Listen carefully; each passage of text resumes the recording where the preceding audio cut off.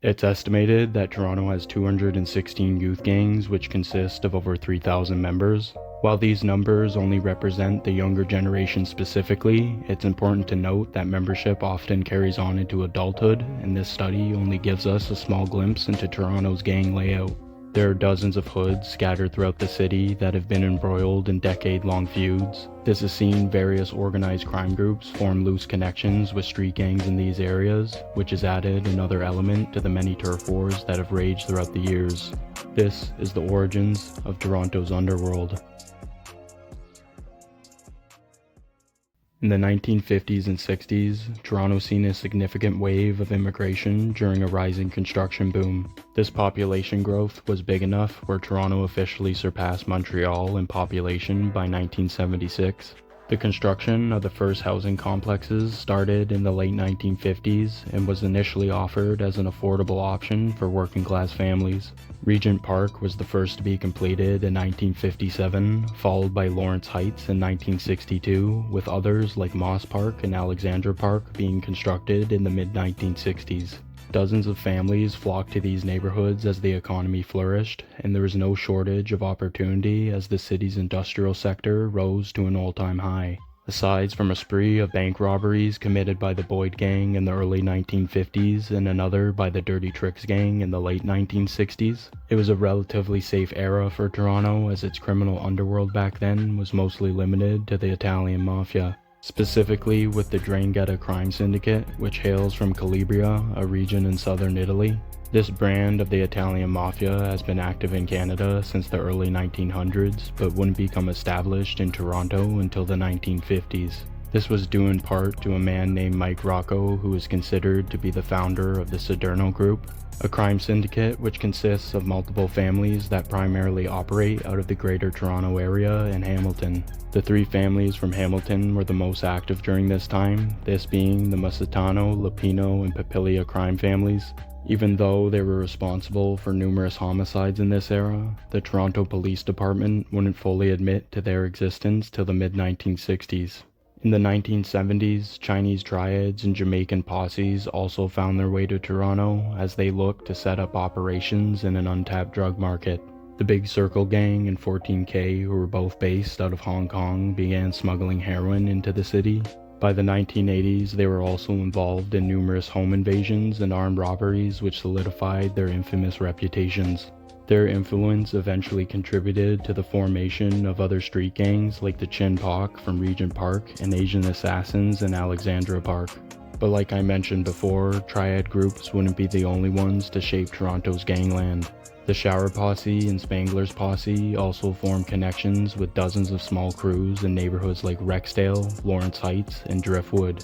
These crime syndicates established themselves in the city as Jamaica's political conflict rose to unprecedented levels of violence following the 1976 elections. The Shower Posse was financially backing the Jamaican Labour Party, and the Spangler's Posse was aligned to the People's National Party. As tens of thousands of people fled the country, a small portion of young men brought these opposing ideologies along with them. This can be seen with the Shower Posse's leader, Lester Lloyd Coke, who set up shop in Miami and Philadelphia. This expansion was later solidified by his son, Christopher Duddes Coke, in the mid-1980s, as he furthered the Shower Posse's criminal network abroad in other cities like New York and Toronto. Homegrown gangs in Toronto later adopted certain elements from Jamaican gang culture, like calling themselves posses or crews. By the late 1980s, there was the Get Mad crew in Galloway, which later inspired the Galloway Posse, along with other neighborhoods like Lawrence Heights, which had the Jungle Posse, and Rexdale with Wrinkles crew. Although there is not a lot of clear information on Toronto's homicide rate in the 1960s and 70s, Canada's national average went from 1.25 homicides per 100,000 people in 1966 to 3.3 in 1975. This pointed to an overall increasing trend in violent crime throughout the entire country, and things would only worsen in the coming decade when the market crashed in 1979. This was the worst period of hyperinflation since the Great Depression, and Toronto in particular seen a significant economical decline as a result. The increasing poverty rate and lack of opportunity only continued the evolution of Toronto's gang culture as disenfranchised youths became disillusioned. In 1980, Toronto's homicide rate stood at 1.81 per 100,000 residents, with 42 homicides that year. Mind you, this only represents Old Toronto, as the 6 municipalities wouldn't fully merge until 1998. Another thing to add is majority of homicides in this period weren't gang-related, but shootings and armed robberies did become a more common issue. In 1981, there were 57 homicides in Toronto, a record-breaking year for the city, and law enforcement were left scrambling to adapt to this violent crime wave. This era seen housing complexes become breeding grounds for gangs as crack flooded the streets. To add to the situation, the crack epidemic wouldn't become an apparent issue to Toronto's police department until 1986. Things escalated as crews began clashing over territory, specifically at house parties, as there was no definitive turf lines drawn at this time. This brings us to 1991, Toronto's most violent year per capita with 89 homicides. And considering its population back then, this gave it a homicide rate of 3.9 per 100,000 residents. The 1992 Yonge Street riot also shifted the public's perception of the Toronto police as it highlighted unseen racial tensions in the city.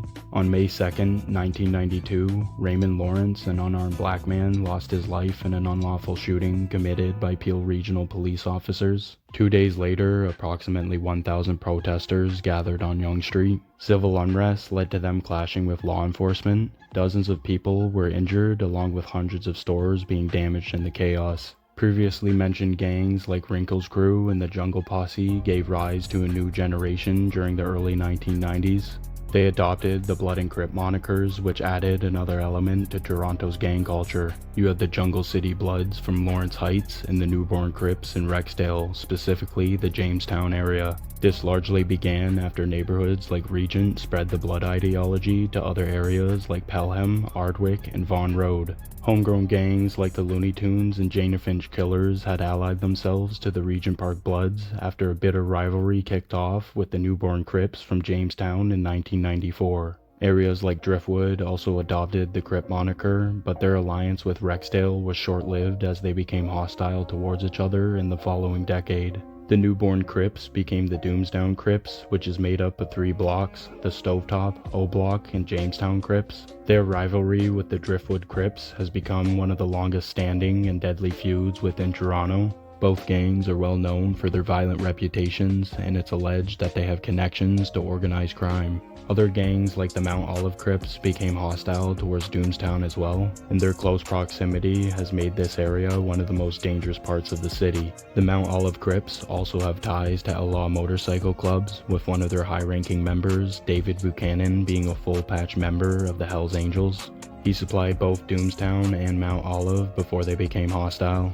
This led to Rexdale members like Oliver Twinkie Willis to become the main supplier of the Doomstown Crips, along with various other gangs allied to them like the Gators and Falstaff Crips. Toronto also seen various other street gangs pop up like the VVT and AK Cannon. These gangs were embroiled in a bloody feud from the late 1990s to the mid-2000s. It's alleged that this was due to both gangs funding separate guerrilla factions during the Sri Lankan Civil War, which took place between 1983 and 2009. When tens of thousands of Sri Lankan immigrants settled in Toronto, political rifts within the younger generation led to the formation of numerous street gangs.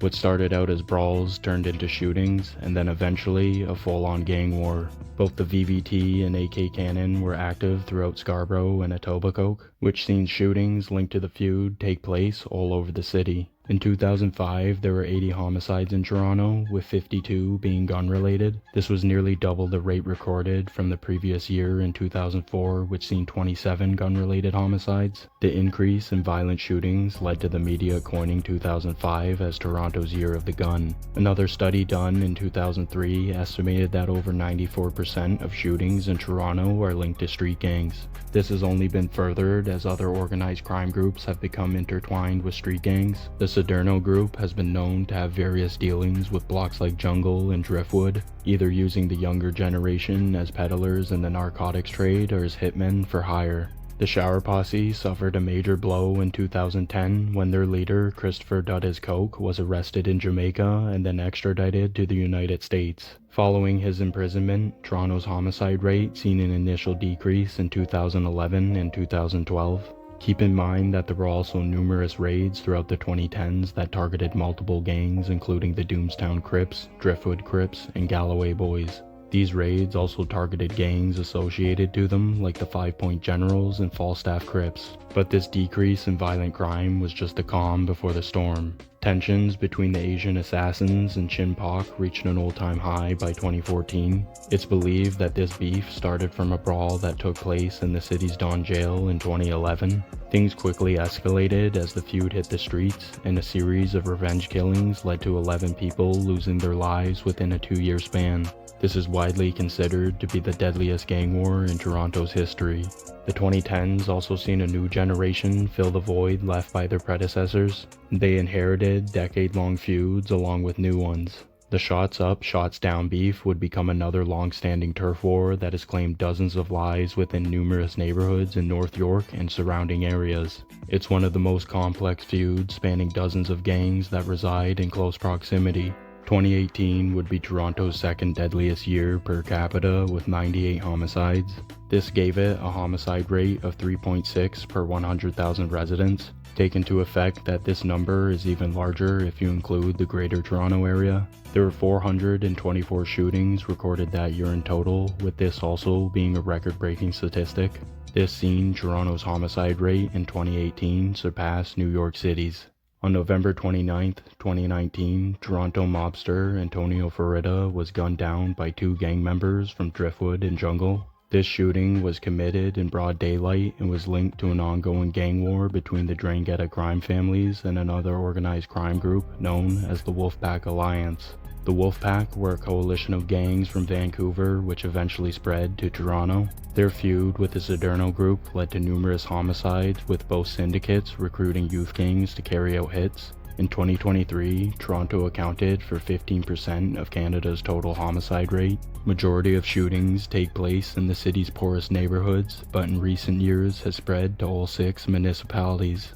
Today, Toronto is the 4th largest city in North America, with a population of over 3 million people as of 2022. The section of 401 that stretches through the heart of the city sees more than 400,000 vehicles travel on it daily. This highway also runs across southern Ontario, which is the most densely populated region in Canada, accounting for 36% of the country's total population. This makes Toronto prime territory for organized crime and street gangs, as its location is a gateway to dozens of other cities throughout the province.